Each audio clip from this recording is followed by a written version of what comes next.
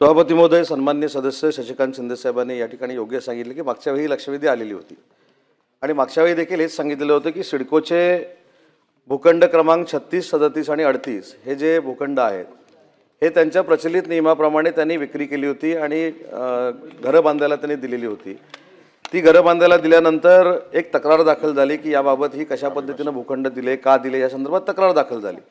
त्याची देखील चौकशी झाली आणि चौकशी झाल्यानंतर असं निष्पन्न आलं की जे भूखंड आपण दिलेले होते रेसिडेन्शियलसाठी ते नियमानुसार दिलेत का याची चौकशी झाल्यानंतर एक लक्षात आलं की ते शासनानंच मार्गदर्शन केलं की सिडकोच्या नियमाप्रमाणे हे सगळे भूखंड दिलेले आहेत। त्याच्यानंतर तुमच्या सगळ्यांच्या पुढाकारानं असं एक तिथं वातावरण तयार झालं की सिडकोनं परवानगी द्यायची की महानगरपालिकेनं परवानगी द्यायची।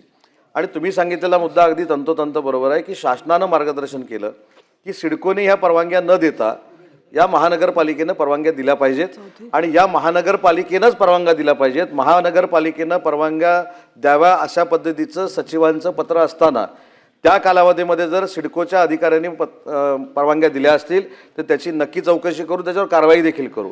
परंतु आपण जो स्पेसिफिक प्रश्न विचारला की नक्की ह्या परवानग्या कोणी द्यायच्या आहेत, तर प्रधान सचिवांच्या पत्रानंतर ही सगळी परवानगी ही 100% महानगरपालिकेनं द्यायची आहे। आणि दुसरी महत्त्वाची गोष्ट आहे की महानगरपालिकेचा डीपी तयार करत असताना जी आरक्षणं होती ती कुठेही डॅमेज सिडकोने केलेली नाहीत, परंतु या जागांवर आरक्षण टाकू नये अशा पद्धतीची सिडकोची भूमिका होती आणि ती देखील सरकारनं मान्य केलेली आहे।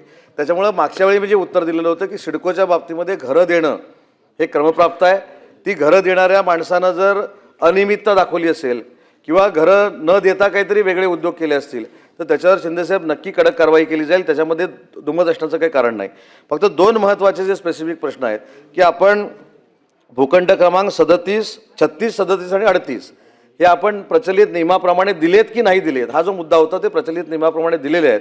आणि दुसरा मुद्दा जो सांगितला की आता परवानगी द्यायचे अधिकार कोणाला आहेत, तर आता परवानगी द्यायचे अधिकार 100% हे सिडकोला नाहीत, नवी मुंबई महानगरपालिकेलाच आहेत।